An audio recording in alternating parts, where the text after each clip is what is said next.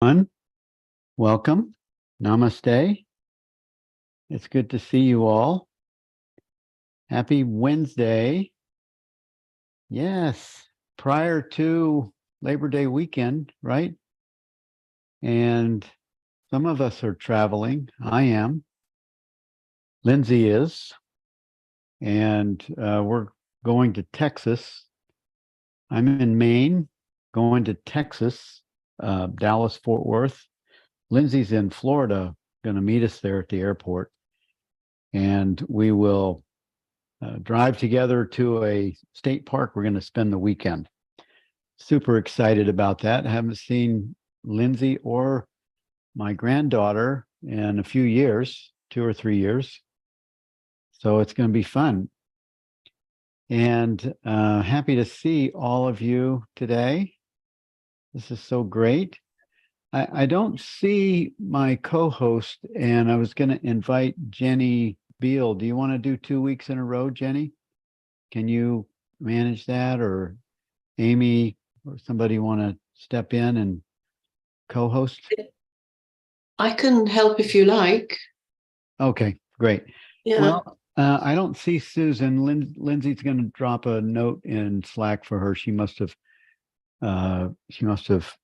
forgotten or something, but we'll carry on, and we can pick up where we left off last week, Jenny, on 268. If you want to do that. Okay. Yeah, that's fine. Yes, we didn't get beyond 267, did we, last time? Right. Yeah. Perfect. Yeah. So yeah. This is, providence. The universe knows exactly what to do, as always. Yeah.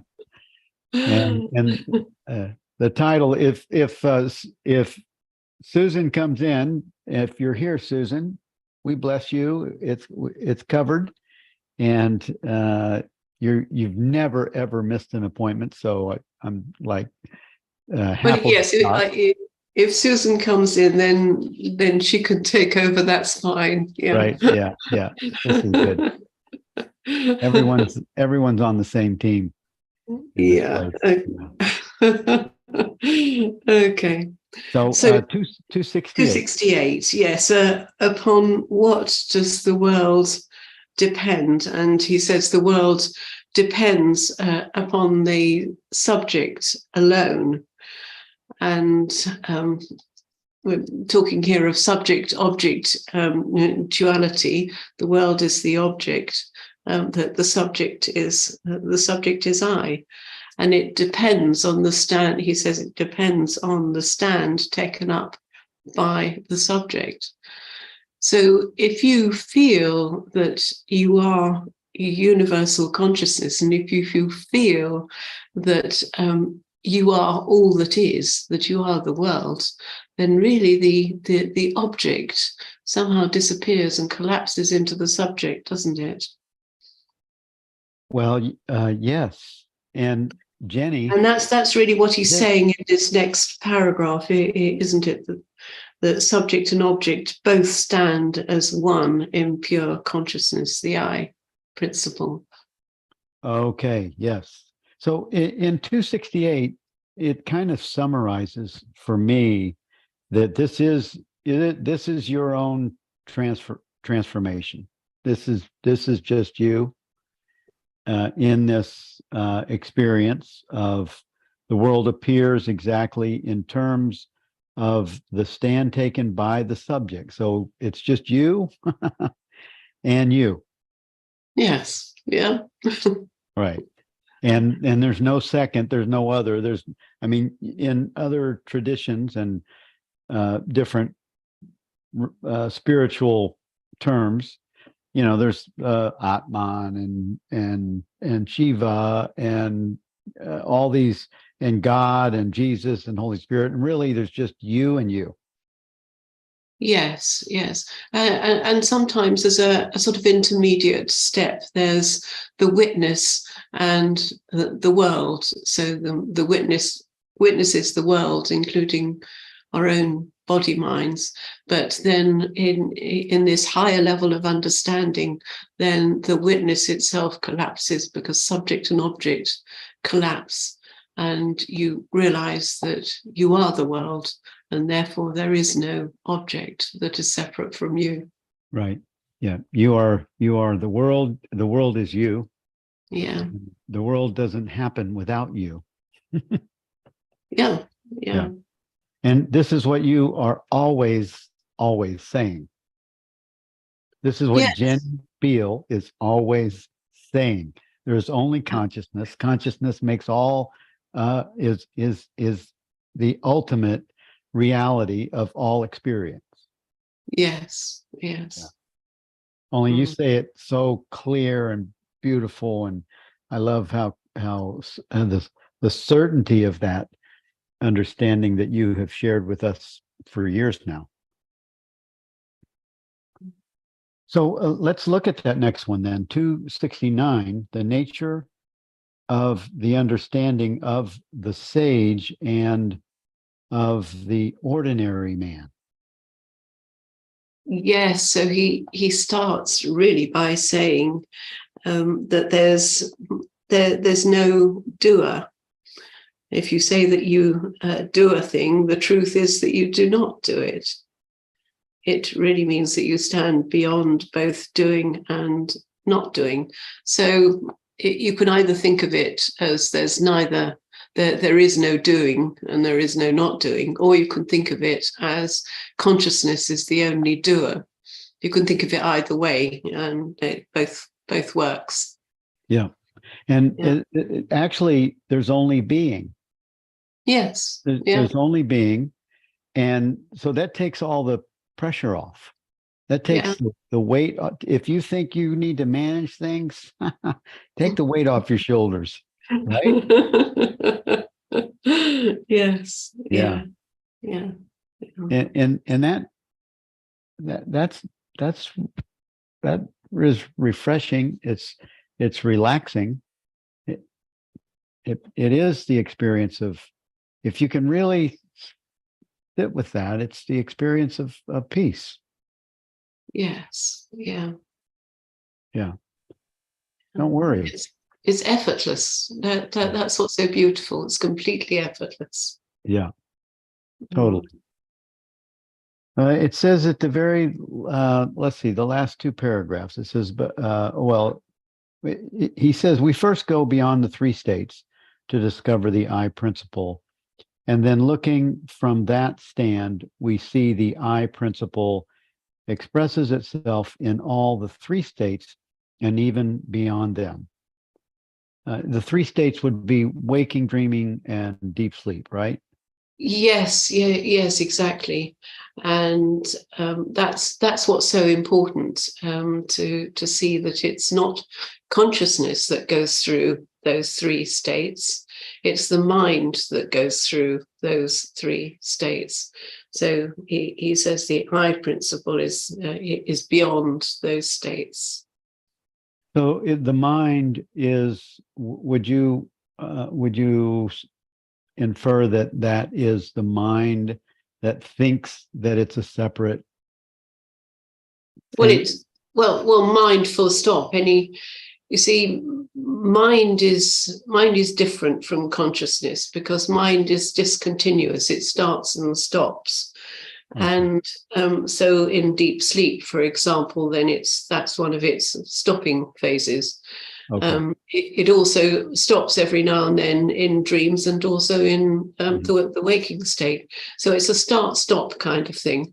Right. Whereas consciousness is there absolutely constant all the time. It never changes. So it's the kind of underlying background to all of the starting and stopping of mind.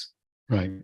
So mind is full stop in that the I principle, it's the activity, the movement of I principle. Yes. Yeah. And when it thinks it's a person, a body mind, it's the same mind that is divested, or it's ignoring part of itself and making up a story of itself. Yes. Yes, it's missing limitations Yeah. on it. It's Right. saying this is not that, or I am here and I'm not over there. It's missing limitations. Right. Yeah. And we are limited. We consciousness are unlimited. Yeah. Yeah. Sounds really good. That is, I mean, just making it, I'm restating just for me and for anyone else that might be helpful for, because that's an important understanding, because it relaxes the mind, gives it something to chew on, and Yeah. and see that understanding. So I have a question for you, Jenny, before we move to 270. I interviewed Jan Fraser on Saturday, and she was a really brilliant interview. The film team just loves the interview. They've been putting it together, editing and such. She had a statement in our interview, in our conversation, where when she lost, after she lost her cat Tiger, that she had this deep love for. I mean, she grieved like you would grieve over a child, and really, and I asked her about that, and it's really grieving, not in a loss, but the experiencing the love that was shared in that relationship with her cat. And after her cat Tiger died, she felt, and this was just a few days later, she had this deepening experience of love, absolute love, like she had never experienced before. And with that came what she sensed as a presence sort of revealed itself, and she actually felt like it was a masculine presence. What do you say that is? Did she feel the presence was a cat-like presence, or no, she didn't feel like it was, and she said, I don't talk about this very much, but she was talking about it for the interview, and it was a him presence. It wasn't the cat, it wasn't Tiger, and it gave her like it was a loving presence. Yes, it was a loving presence, Yeah, and it was she kind of connected it as a him. I don't know why it wasn't just a neutral, but she sensed that it was a him, and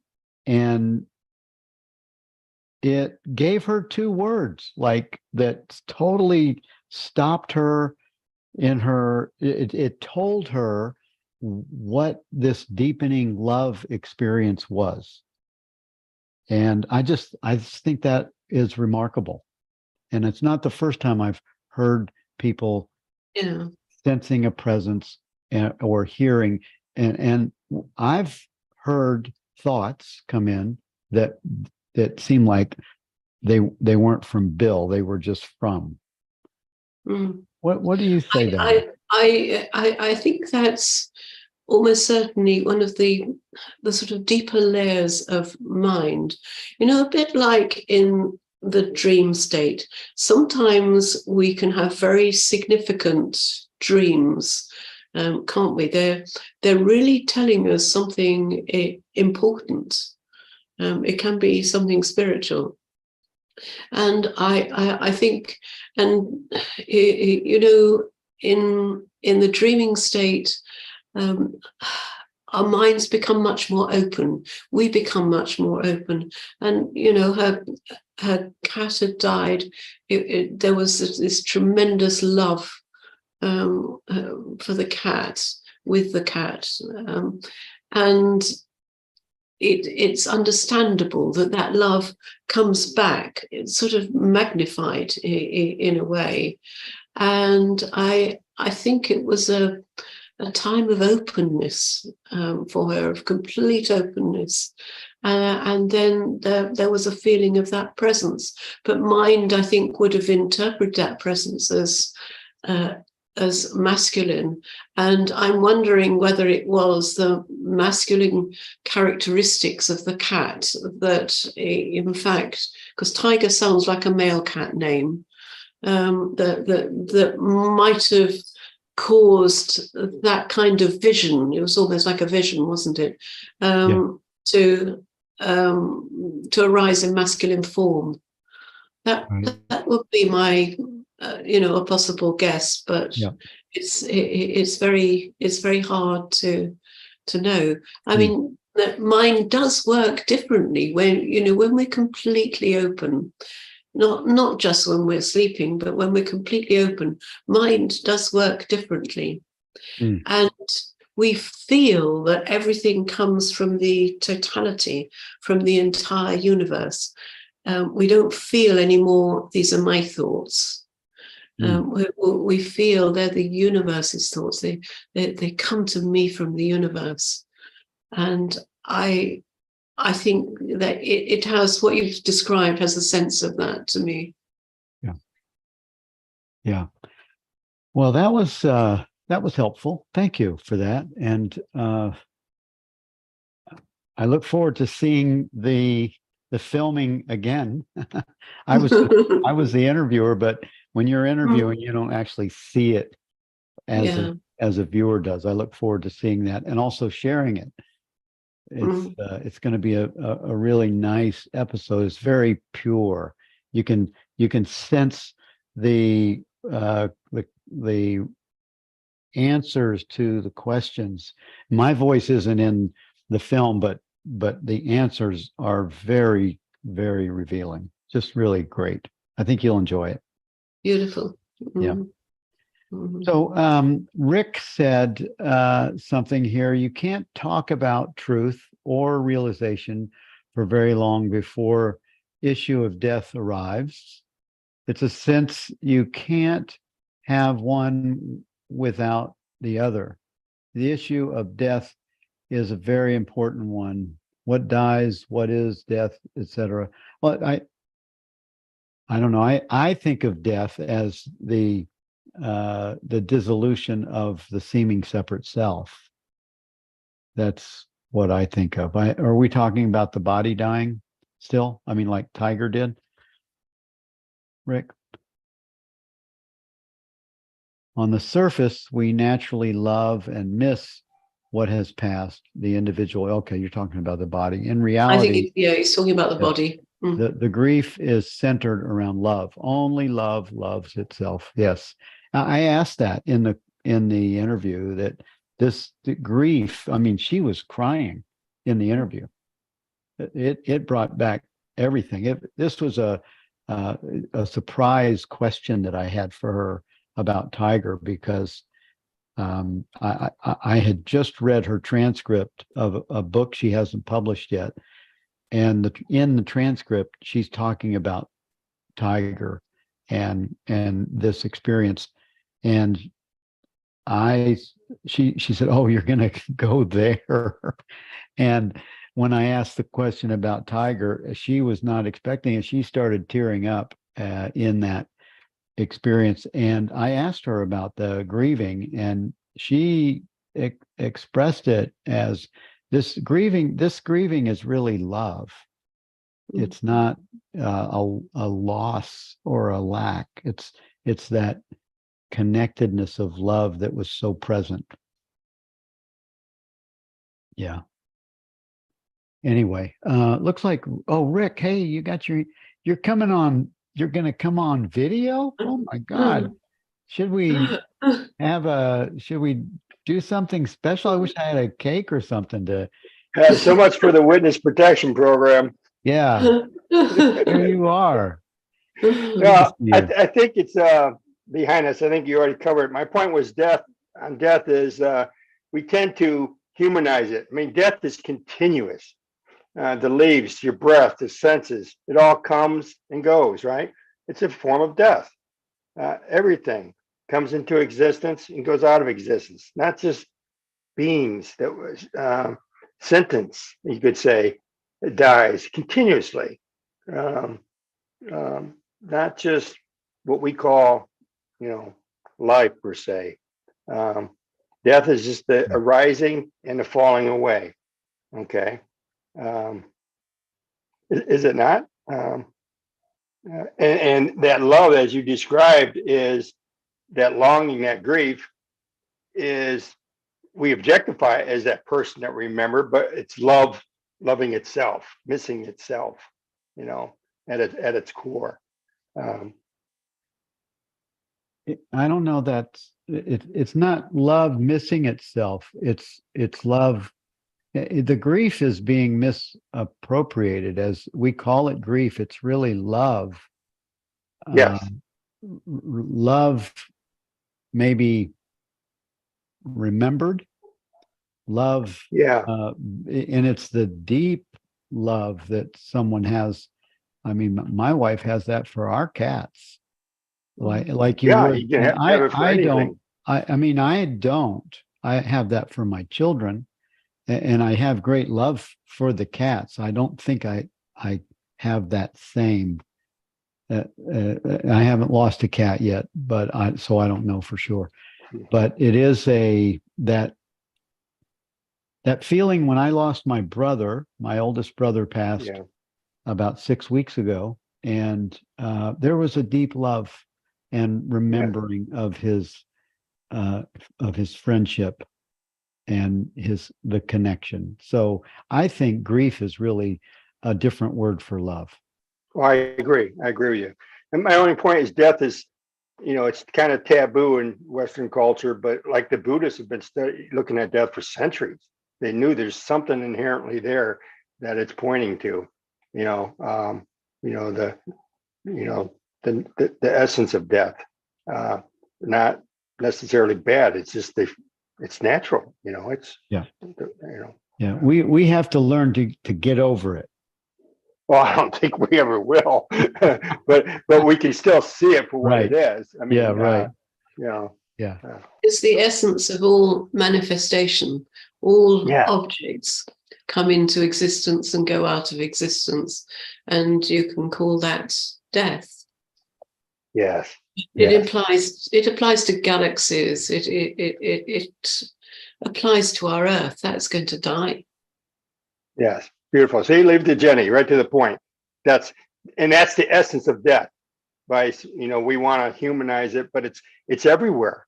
Death is natural. It's it's completely natural. It's not a bad thing per se. As much as I hate to say that, I know it's natural or natural. Only because it has connotations.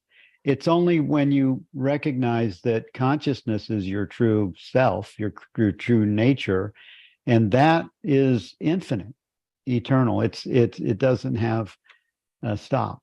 It's always is, and that's the key of understanding that gives you peace in whatever happens.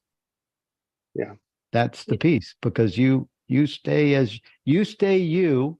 And all of that other stuff seeming changes and has different, even in everything in time and space is limited, but you are not. Yeah. In fact, somebody just put on the chat board, I know Buddhists saying to die before you die. Same thing as what Jenny mentioned, just to see what's really happening. Yeah.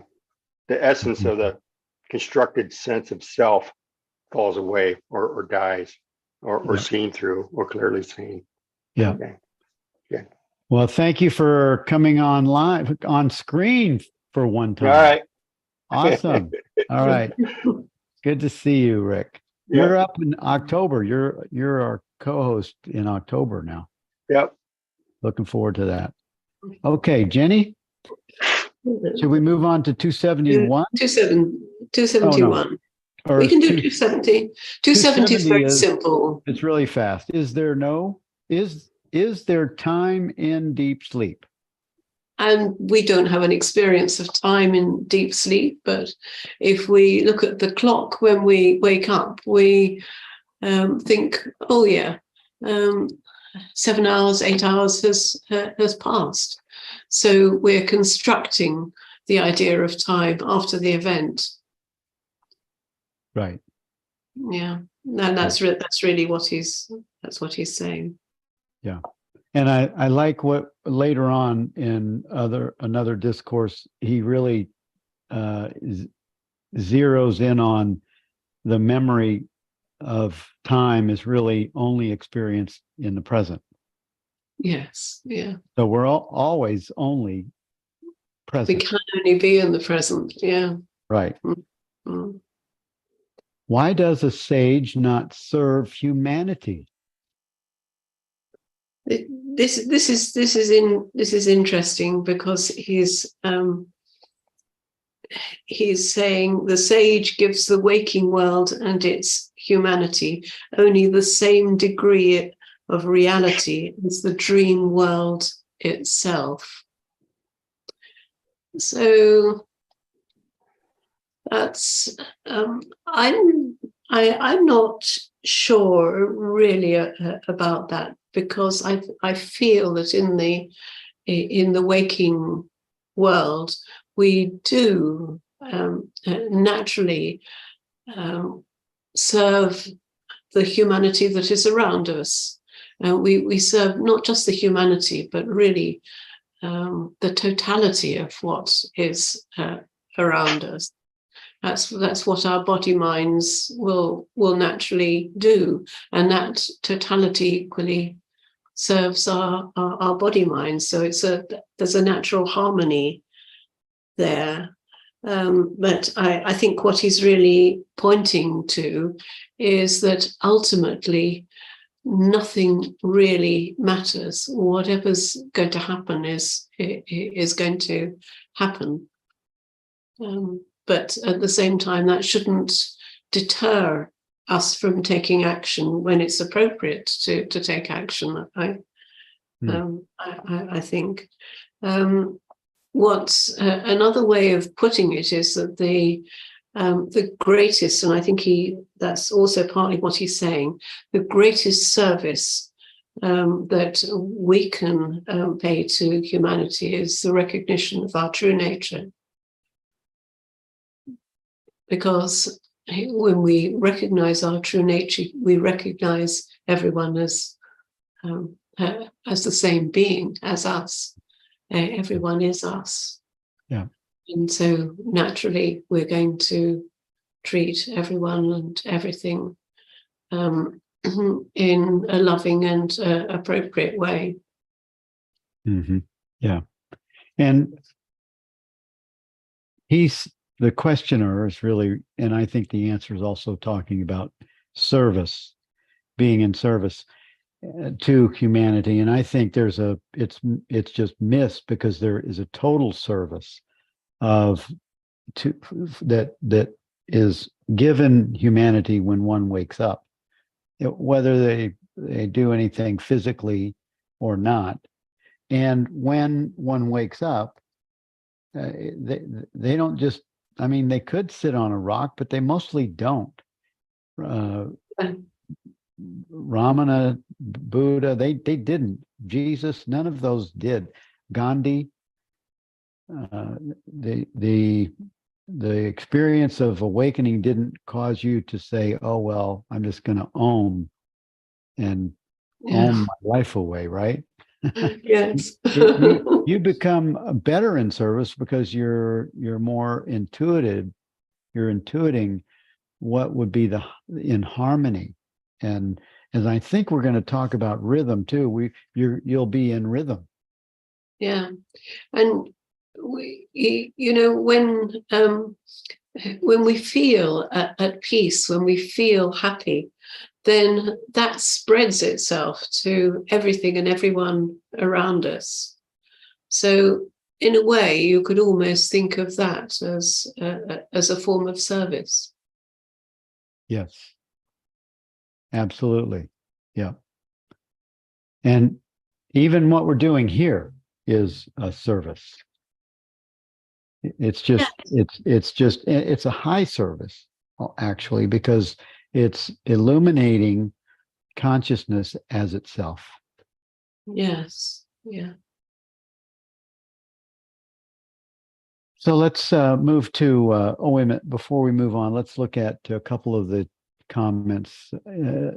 Don said, if you go back to 266, which you did not cover, the quote, you find the real essence of no thought, the space between the thoughts, the spaciousness between the notes that make the music, the space between the words that makes sentences readable, stillness, void, consciousness. Jenny just said, nothing really matters. Matter don't matter. No thing matters. Huh. Well, Don, we'll go back and look at 266. Did we skip that? How is truth experienced? Oh, I guess we did, huh? Maybe we did. Yeah. Okay. Well, let's look at 266 real quick. How is truth experienced? According to the traditional path, it is believed that the truth dawns upon the Siddhaka as a mark of divine grace after a prolonged practice of manana and nidya asana. I think we did cover this, last week. We did? I'm fairly sure that we did. Yeah. Oh, okay. I can tell we did because I took a lot of notes on it.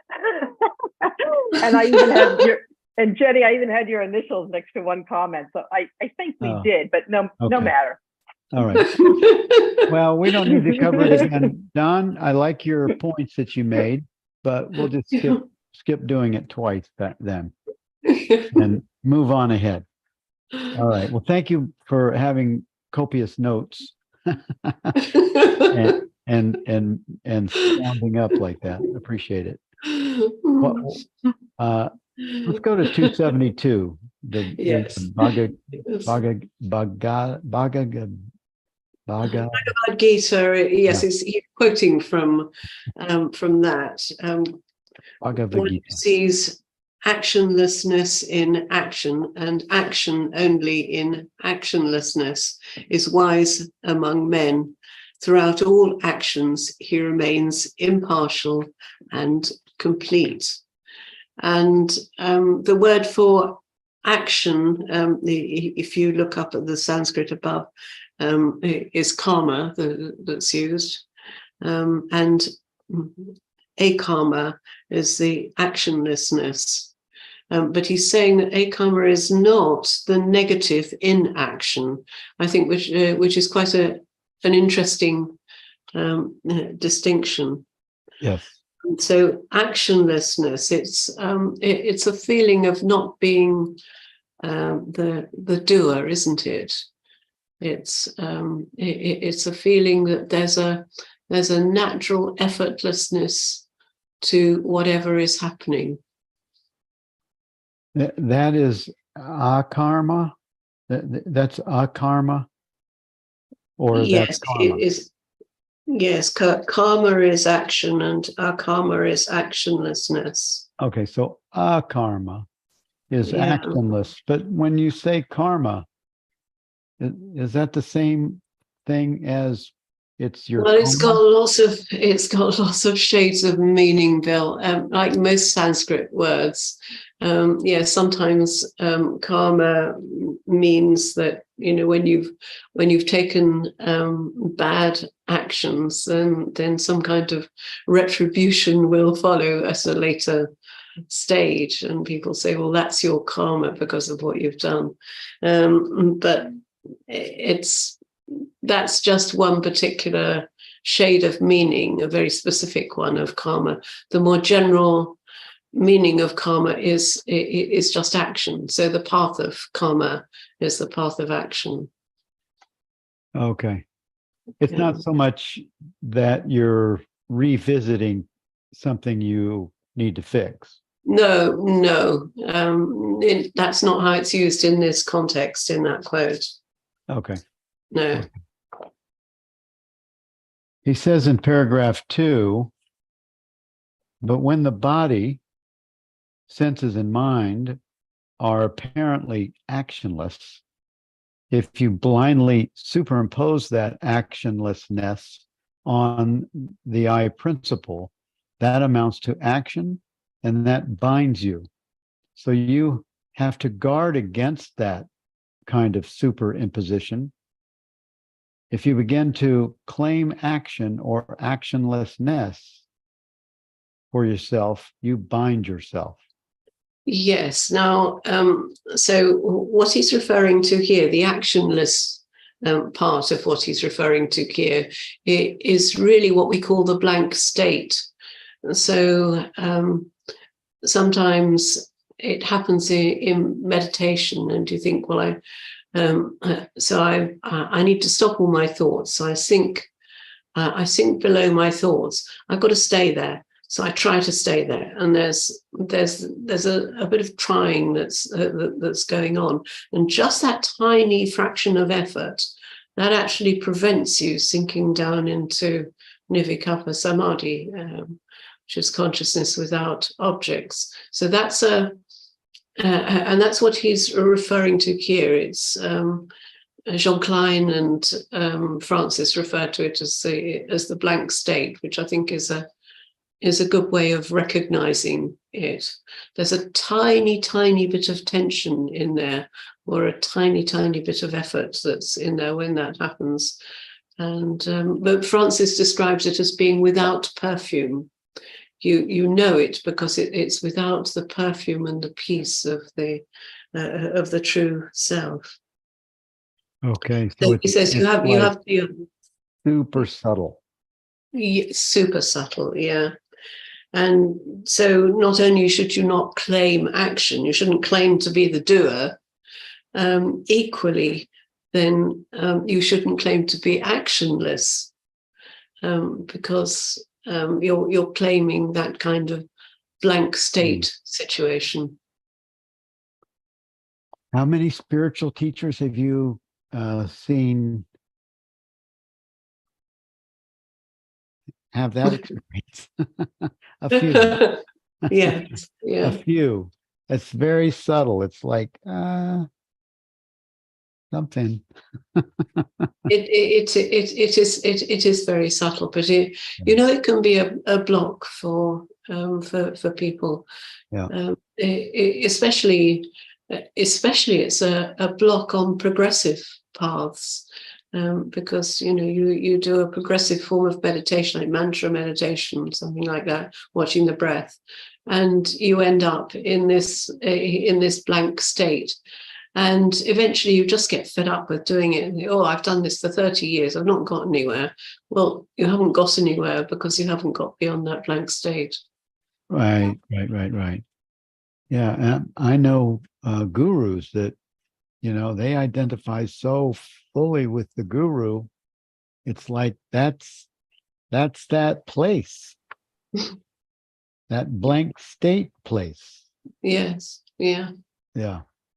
Mm. It's good to look at these things, not in judgment, of course. And how do you really just it really just makes you more open to not knowing. Yes, it does. It's all about effortlessness and about just complete relaxation, relaxing the attention as well. Yeah. When you don't need attention, then just relax it. When you need attention, then you give it. Yeah, because you're not being you. You're being you. You're not being you. You're the agency of consciousness. Yeah, right. Yeah. Rick said, truth is experienced via experience. The truth is experiential. Action or actionlessness are only two sides of the same coin. As Jesus stated in the Gospel of Thomas, we, awareness, are a movement and repose, stillness, rest. Yeah. Thank you, Rick. And William Price, a karma is the space between the notes. Yes, perfect, William. Oh, Yeah. Nice. Yes. Mm. Holder said, pay attention. Yes, he's Yeah. referring to it being something that we give, we pay attention. Yes, and so inattention is free. Yes. Free attention, really, we should say. Yeah. Nice. Very nice. And then let's move to, oh, this is good. 273. What is the origin of memory? Yes, so he's trying to explain where memory comes from, and he gives an example of a thought. This is the chair that I sat on yesterday, and that's interesting in itself, because a thought is just one. It's just one thing, but then he splits it into those two parts. When it arrived as a thought, it was one thing, and he's saying that I sat on relates to memory, whereas the chair part of the thought relates to what you're seeing now. So the two are coming together, and they're forming one single thought. And he's saying that the memory aspect is just a qualification of the chair that you're experiencing in this moment. It's just a qualification of that. Right. In the same way that by describing it as a comfortable chair or an uncomfortable chair, those would be qualifications also. Mm-hmm. So it's a qualification just like that. Right. There's in other words, it's saying there's really no memory. Yeah, he's saying the qualification does not denote any previous function. So yes, memory is not real.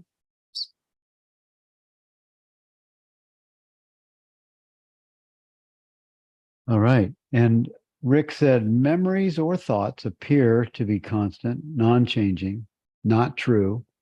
No two are exactly the same, similar patterns at best. Mm-hmm.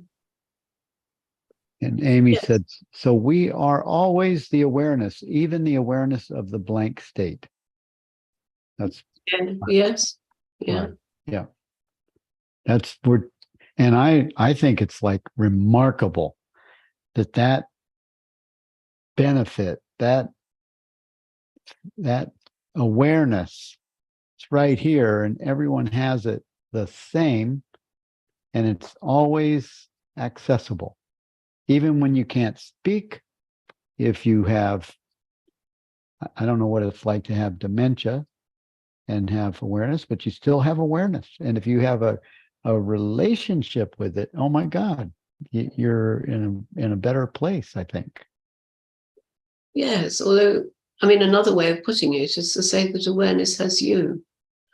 If you're feeling yourself to be a body mind, then awareness has you. Yeah. Yeah.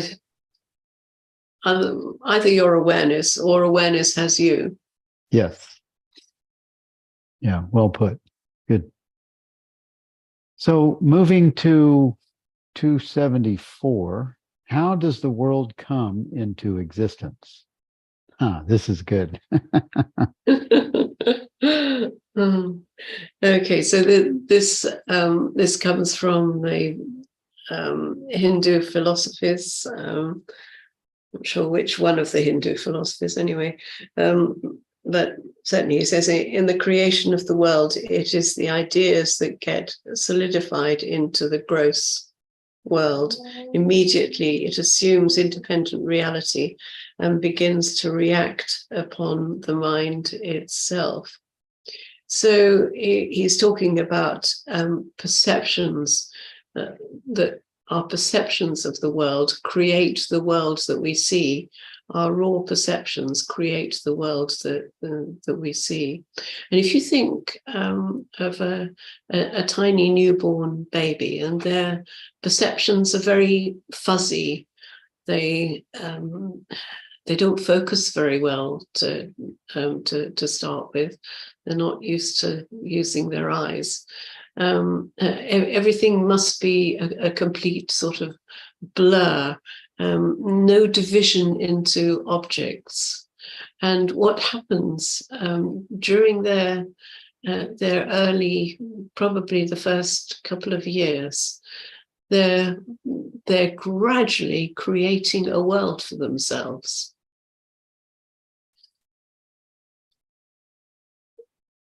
And they're gradually separating, dividing things into objects, dividing things into me and not me. This is my body. So is that what you mean by the statement that there's no division in them? It's just a blur. That's how a baby initially sees. Yes, he doesn't see division. He learns how to divide. His mind learns how to divide. His mind learns how to work because his mind is unformed, really, or mostly unformed when he's born. So it has to learn how to work effectively in subject-object mode because that's the only way it can work. So it has to create objects. So it has to divide. And you can see that if you see babies at different stages, you can almost see that happening. Mm-hmm. So yes, that's really what he's describing here. It's ideas that get solidified into the gross world, and then dualized. Duality sets in. Well, duality. It's duality that does the separation. Really, yeah. But it's natural. It's it's not a bad thing, that a wrong thing or an evil thing that happens. It's natural. A baby is born and his mind begins to form and grow and learn. Mm-hmm. Yeah, it's natural that the ego mechanism take place. Otherwise, we wouldn't survive. Yeah. Right. And then it's super awesome if you have an awakening experience at some point, and you can realize, oh my God, there's so much more than this egoic identity. Yeah, exactly. Yeah.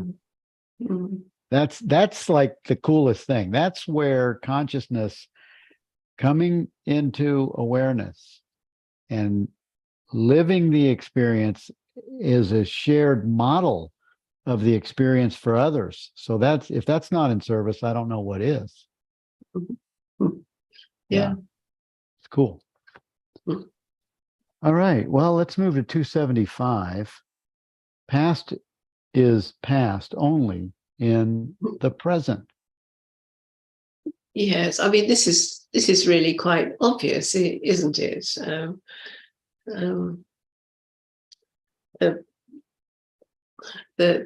thought about the past only arises in the present. Yeah. You're only aware of it in the present. There's no such thing as the past. Yeah. It's a made-up idea. Yes. That we use as a mechanism of time and space to sequence experience, and it creates all kinds of interesting problems. Yes. Mm. We need to unlearn that egoic identity and use it in benefit of our experience. Yes. 276, long practice makes even wrong appear right.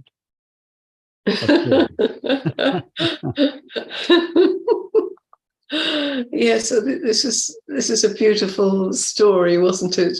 Mm-hmm.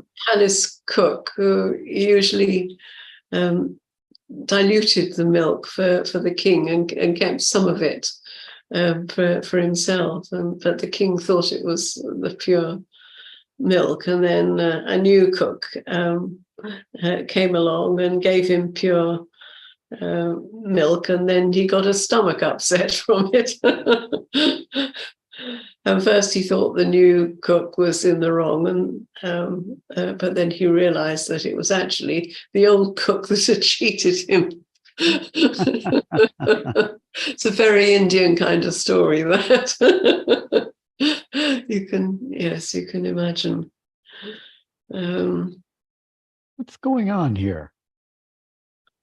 The last paragraph, this is exactly the nature of our view of reality. We are so accustomed to its perverted form that we take the form alone as real and take no note of the substance. At last, when the truth is revealed to us by the guru, we look back and recognize our long-standing mistake. Yes. So we practice seeing ourselves as separate from the world, and we've done that all our lives. So that long practice makes the idea that everything is one seem wrong. Yeah. And it makes the wrong view, which is that everything is separate, that there is a separate material world outside of myself. It makes that appear right. So it gets it the wrong way around. Yeah. But it is, I mean, there is a fixing mechanism that's built in. I think it must, it's a natural occurrence, because otherwise it wouldn't be happening. It's natural conditioning. We just are conditioned creatures, and from an evolutionary point of view, we actually do need conditioning. Yeah. Yeah. Don't you think it's quite a miracle, this awakening? Well, of course, but ultimately everything is a miracle. Just being alive, just being here now is a miracle. Just this beautiful earth is a miracle. Yeah. I feel everything is a miracle. Yeah. Yeah, it is. I mean, you can say it where you are. I can say it where I am. I probably wouldn't be saying it if I was somewhere in Ukraine getting attacked. I don't know if I would call that a miracle, but I'm grateful that we can pause when the violence is over and call it a miracle. Yes, yeah. I think you'd see even afterwards that there was a miracle there. Whatever is happening, it's just extraordinary. It's just amazing. It is. It's really amazing. And it's really amazing to be on this side of it. Yeah. And look at it with new eyes. Yeah. Yeah. Grateful for that. Okay. Rosalind wants to know why we need our conditioning. Well, we need conditioning to survive in the world. Otherwise, going back to babies again, they need to learn not to touch burning logs, because otherwise their fingers get burned. And throughout a child's development, there is conditioning that is being formed. They learn not to be rude to their teachers, because otherwise they get punished. They learn to submit their homework on time. Equally, there's a mass of conditioning, and the majority is needed. Yes, no, I totally get that. What I was trying to picture is, yes, for sure we need conditioning if we're to fit in this dualistic world. But what if we didn't keep on teaching dualism and we taught non-duality, for example? Would we still need conditioning? Maybe so. Yes, if there were no would. traffic rules, maybe everybody would bump into each other, but they don't in India without the cars just go, you know. Do you see what I'm saying? I'm asking. We would still need conditioning, because if you teach non-duality, and if people are always only in nirvikalpa samadhi all the time, which is in pure consciousness, which is in non-duality, then, well, the human race would die out within a few hours, probably. So really? It's not, it's not tenable. We need duality. Duality is natural. It's how our minds work.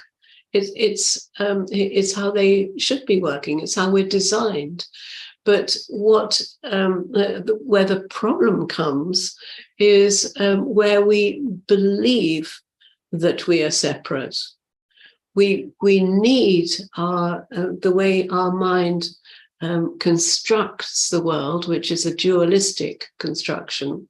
We need that as a way of finding our way in the world, as a way of negotiating all the objects and obstacles in the world.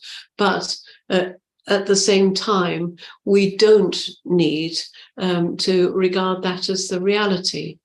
So we see the standard phrase in the direct path is see the appearance and know the appearance, but know the reality. Yeah, I'm following you 100%, except for the one sentence where you said humanity would not exist any longer. Well, it couldn't really, because if you're permanently in nirvikalpa samadhi, you wouldn't be having any food or water. And I'm not sure how long you can survive without food or water, but it wouldn't be that long. Okay, you wouldn't go and get stuff. Yeah. Well, no, because to go and get, you're back in the world of duality. Because got it. Thank you. Thank you. Yeah, got it. Yeah, that was brilliant. It's so clear that it just, that's sensible. How long can you sit there before you run out of water, sustainable benefits for this biological system? Water and food. You just would sit there and die. Thank you, Jenny. Beautiful. Yep. All at once, 8 billion people gone. Matter of one day, probably, or 2 days. I wouldn't worry about it, Bill. I don't think it's going to. I've never even had that thought before, but when I think about it, it's like, holy moly. Hi, Susan. Hey. Oh, hi. I was going to in. chime in on that. I just wanted to let everyone know that I spent about the last 3 weeks in August with my new grandniece and grandnephew, who are about 6 months and 9 months old each. And I watched them obsessively learning objects, right? Oh, this is a bear. This is, G is for giraffe, D is for dog, blah, blah, blah, blah. And I sat there knowing all this, and I thought the same thing. I thought, but they right. If you didn't allow them to do that, what if you said, "Oh, this is not really a dog. This is like nothing." I mean, you can't, right? I'm just kind of repeating what you've said. I mean, to live in this world, which leads into my question for 277. I guess we're born. He says, you were first born into this world as a child in ignorance. Is that what he's saying? We're born in a non-dual state? Because Jenny, to your point, right? We have to survive. It's a survival mechanism almost. And then, then at what point in life do you start, or can you start to introduce these concepts to children? Because a lot of us have come to this idea later in our lives, or at least I have, because we've been suffering, or we've understood that this is not all there is. I don't know, just watching my nieces, it raised this paradox for me, and I thought it was really interesting that these particular readings, especially 277 and what we're talking about, that we're discussing this idea. I think it's fascinating. I think what's important is to notice when the child starts to ask bigger questions, and then to answer those as clearly and carefully and accurately as you can, but still in a way that the child can understand. And so I think it can be a very gradual process, but certainly by sort of 14 or 15, then children should be capable of looking at philosophy. It's a shame that certainly in the UK, I don't know about the US, but philosophy is not taught in schools. No. And just being exposed not only to non-duality, that wouldn't be right either, but to all the different philosophies, and the ability to think about and contemplate the world and existence and the big philosophical questions, then that's something that I think certainly 14 or 15-year-olds could do. And do you think that's for 277? I'm sorry if I'm jumping just already to the next one, but do you think that's what he means when he says that the child is born in ignorance? I'll let you, we can just go on, Bill. I wasn't sure what that meant. I don't think so. No, okay. I think that means that the fact that a child is born is consciousness born ignoring itself in ignorance, because I think that's what that first sentence means. Jenny? Yes, I mean, it's not a person really that is in ignorance, because there isn't such a thing as a person. A body mind isn't in ignorance or in wisdom at any one time. It's only consciousness acting as ignorance or acting as wisdom through a body mind at a particular time. And for a child, when a baby is born, then consciousness is not really acting. Well, initially, it's not really acting at all. It's still. Everything is still, and then there's a natural process of ignorance, really, just as I described, that the child begins to separate things out, and I think that's what the way consciousness acts naturally in the life of a body mind. Starts off expressing ignorance through that body mind, and then maybe later expresses wisdom through that body mind. Yeah, the conditioning takes place. The conditioning, yes, to manage oneself in the world. It takes place. It learns, and then it needs to unlearn. and actually, the unlearning is is where it's realization you get to have your cake and eat it too. Oh my God. Exactly. That's Yeah, I'm perfect. still alive. I made it, and now I can unlearn it all. That's good.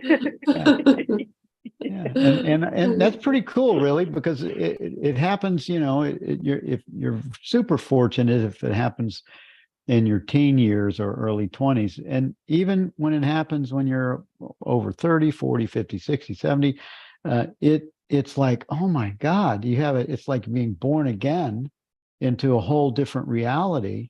So you get to have this whole new experience. It's like chapter 2. Yeah, awesome. Yeah. Yeah. Mhm. Thank you, Thank, Susan. thank you. All right. Let's look at 278. You renounce only for subsequent absorption in full. Why?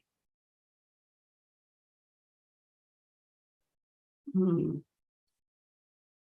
So yes, he's talking about renunciation, which is really an integral part of the traditional path towards non-duality. And he's saying true renunciation is renunciation of objects from your consciousness of objects, leaving you as consciousness pure. So, in other words, he's saying that you're not needing to renounce drinking wine or coffee or chocolate or whatever it is that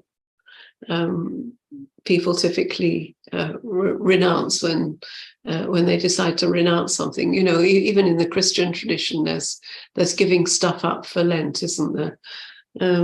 So he's saying that's not the real renunciation. That's not what's really referred to by renouncing. It's renouncing the concept of objects being objects as being separate things. Yeah. It's like neti. Yes, and It's a stage of it's not real renunciation. It's really distinction. it's yes, the real the sort of renunciation that a lot of the Hindu spiritual people the sannyasins had to go through. It was sort of giving up almost everything worldly, but they were all physical things that they were giving up, But that wasn't going to help them. That's really what he's saying. It's not going to help you. Yeah. But if you renounce the idea, the concept of objects and or objects having any real existence, he says, looking from there, you see form to be nothing other than yourself. And so you absorb all objects into yourself and rest in peace, as you do in deep sleep. Yeah. So, in other words, you absorb all apparent objects into yourself. All this is myself. Mm-hmm. Yeah. And this is a practice. The mind comes up with a formula when you start the spiritual path or journey or awakening. It comes up with these ideas. Well, I need to quit this. I need to quit that. If I quit this, and I need to be a vegetarian. I need to do this. All of these things. It's renouncing in an attempt to get more pure, more lighter for this ascension experience. Mm-hmm. Oh, here it is. William Price. Asceticism is its own punishment. It's perfect, isn't it? Yeah, exactly. Mm. And Amy said, so if I renounce chocolate for Lent, then I'm only making the chocolate more real. Renounce the idea of the object and see that it isn't real at all, then you are truly getting it. And you're even more getting it, Amy, if you go and eat the chocolate and Yeah. enjoy it. Wow. I'm going to have to go for a chocolate bar now. I think I have a piece of chocolate coming. Good. Eat the chocolate. That's right. Love it. Okay. Renouncing is not a requisite of realizing either. I mean, that's kind of what he's saying. Yes. Who can realize the truth? Right. He's saying again, and I know you don't agree with him, which is fair enough, Bill, that it's you need to have heard the truth from the Karana Guru, because it's not the words. It's not about the words at all. It's about the transmission of truth, and for that to take place, he talks about earnestness and sincerity, and I would add openness as well. Yeah. And the Shastras say, this far alone can we say. In other words, you can get so much from books and words, but the Guru alone can give you the rest. Yeah. Yeah. And the guru is, I mean, we've talked about this many times. The guru is the teaching. It can be a person. It often is a teacher that you would spend time with that helps your understanding to become established. Yes. Yeah. And then you realize that, oh my God, I'm the guru. I'm not, but the guru is what I am. Yes. Yeah. Yeah. Rick just said the guru is, I think it's Rick. Yeah. The guru is the truth. It's the glimpse itself. It's actually beyond the glimpse, because the guru is, what do you call the guru? Another name for the guru? The sage, it's teacher. It's presence that knows itself. Yeah.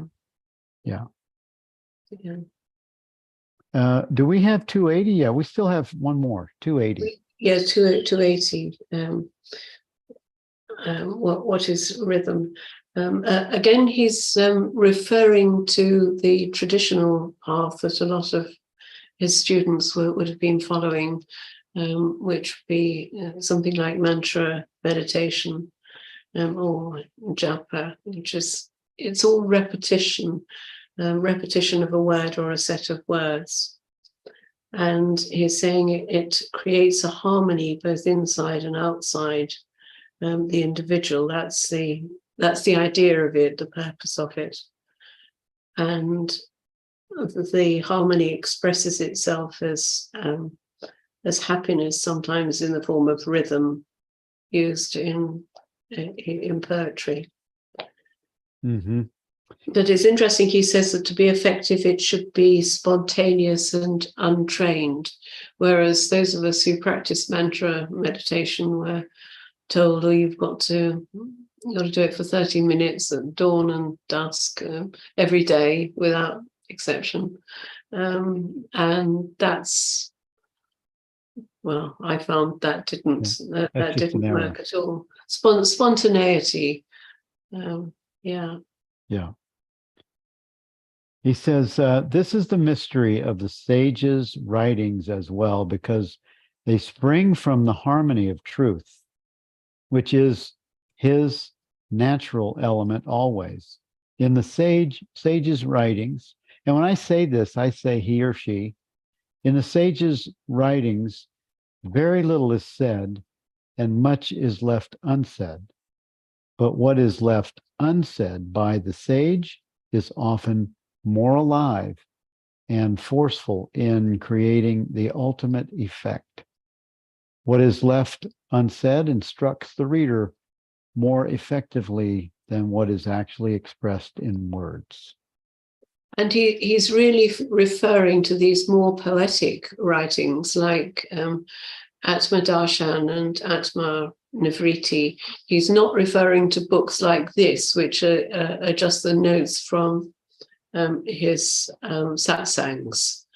He's referring to the sage actually writing, sitting down and writing things himself. You know, a lot of the spiritual books that are around are mostly come from answers given in satsangs, and they're just compiled into a book, just like this one is. But I don't think he's talking about that sort of thing. Right. Well, let's see. I think we're at the end of our time, and this has been good. We caught up from last week. Thank you, Jenny, for jumping in spontaneously and being available, and thank you all for your involvement, comments, participation. Rick West was on video. Oh my God. And thank you all for being here, and we'll see you next week. Amy Habel will be our co-host, and have an awesome Labor Day weekend until we see you again. Bye, everyone. Thank you, Bye, Jenny. everyone.